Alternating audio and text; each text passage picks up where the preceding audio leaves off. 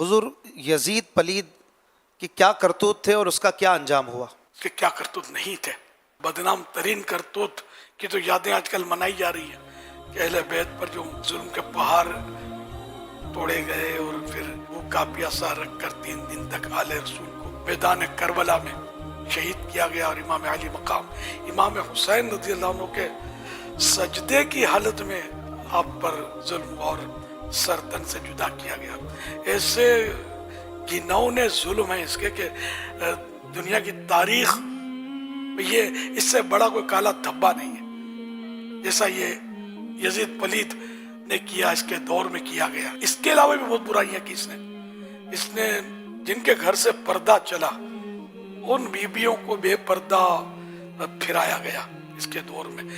کربلا کا ایک تو مارے کا ہوا، کسی کا بھائی شہید ہوا، کسی کا والد شہید ہوا، کسی کا چہیتا بیٹا شہید ہوا. یہ غم زدہ خواتین، سوگوار خواتین وہ کہ جن پر حوریں بھی رشک کریں، ان آل رسول کی خواتین کو ان ظالموں نے جس طرح مطلب گلی گلی پھرایا. یعنی کہ اب کون سا ظلم تھا جو ان لوگوں نے نہیں کیا.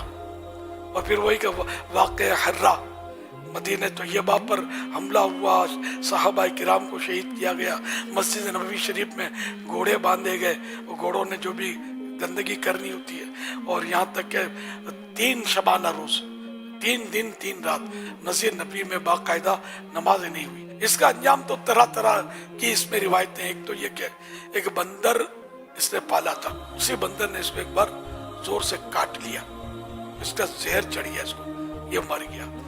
ایک یہ اس کے بارے میں کہا جاتا ہے کہ یہ شراب بہت پیتا تھا، اس کا معدہ جو تھا تباہ ہو گیا. شراب سے معدہ ڈائجسٹیو سسٹم جو ہے یہ ڈسٹرب ہو جاتا ہے، معدہ خراب ہو جاتا ہے. اس کا معدہ اس حد تک خراب ہوا کہ دست پھرتا مارا گیا، لوز موشن کرتا رہا وہ، اسی میں اس کا دم نکل گیا. اور ایک یہ بھی واقعہ اس کے بارے میں بیان کیا جاتا ہے کہ ایک رومیون نسل، ایک روم کی کسی عورت سے اس کو عشق ہو گیا. ایک بار اس رومی عورت نے اس کو کہا کہ تم اکیلے فلاں جگہ جنگل میں پہنچو، ہمس کے جنگل میں، وہاں پہنچو، اکیلے آنا، تو پھر اپنے رنگ رلیاں منائیں گے، خوب شرابیں پیئیں گے.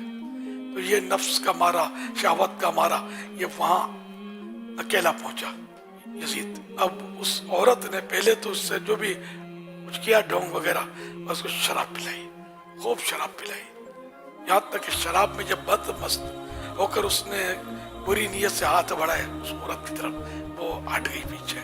اس نے ایک خنجر آبدار رکھا تھا اپنے پاس چھپا کر، اور وہ خنجر اس نے نکالا اور کہا کہ جو اپنے نبی کے نواسے سے وفا نہیں کر سکتا وہ مجھ سے کیا وفا کرے گا، اس کی سزا یہی ہونی چاہیے کر کے پے در پہ اس نے وار کیے، بھاگ گئی.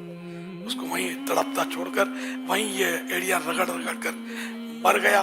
اس کے اہالی موالی ڈھونڈتے ہوئے وہ پہنچے.